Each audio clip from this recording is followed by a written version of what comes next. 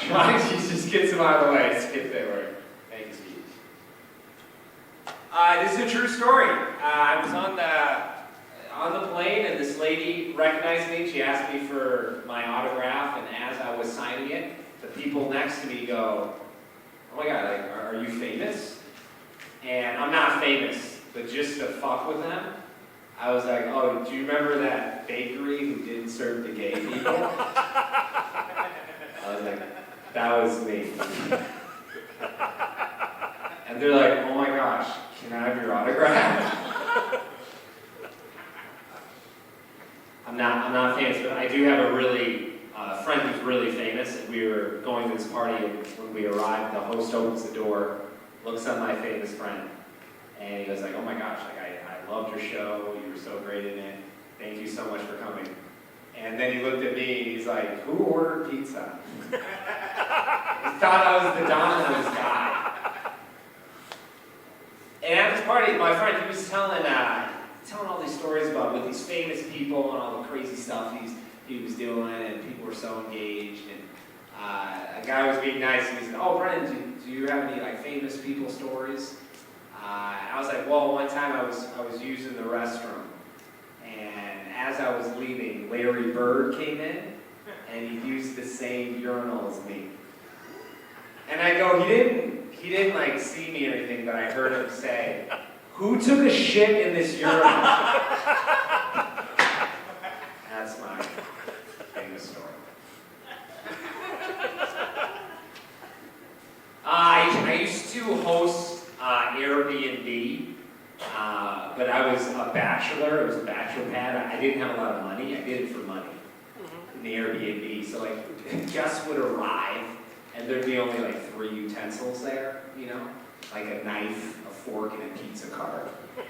It was the only time when I would come back and there was more dishes than when I left.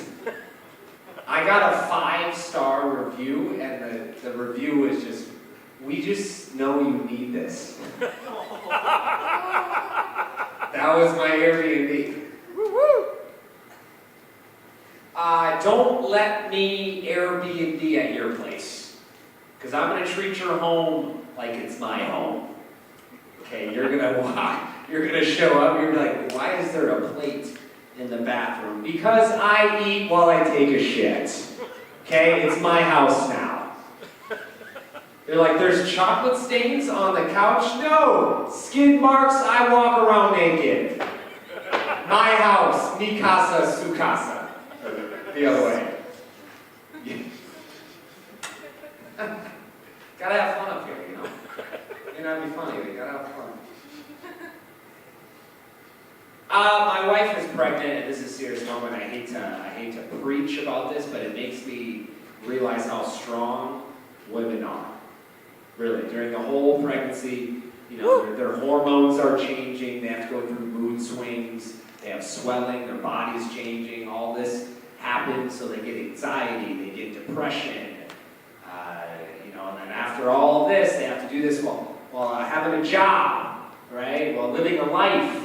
And while all of this is happening, all of these changes, they still find a way to complain about it.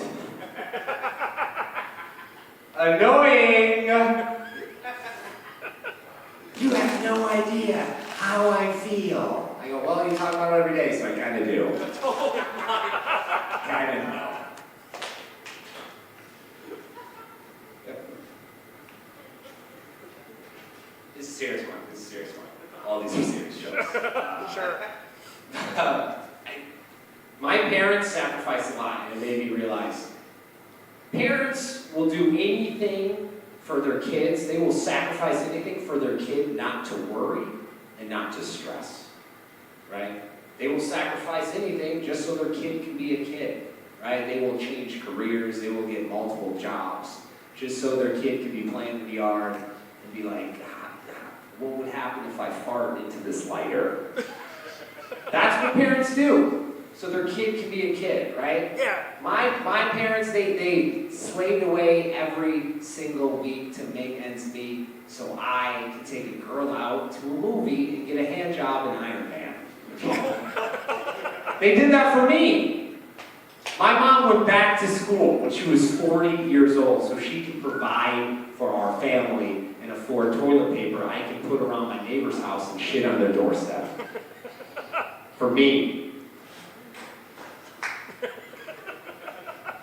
You know, some kids, they go to college and parents will pay tens of thousands of dollars so their kid can learn how to hotbox the room without their RA knowing. My parents. Yep, sacrifices are going to be a lot different. My kid, right? Remember my mom was like, I am not going to work so I can raise my kids.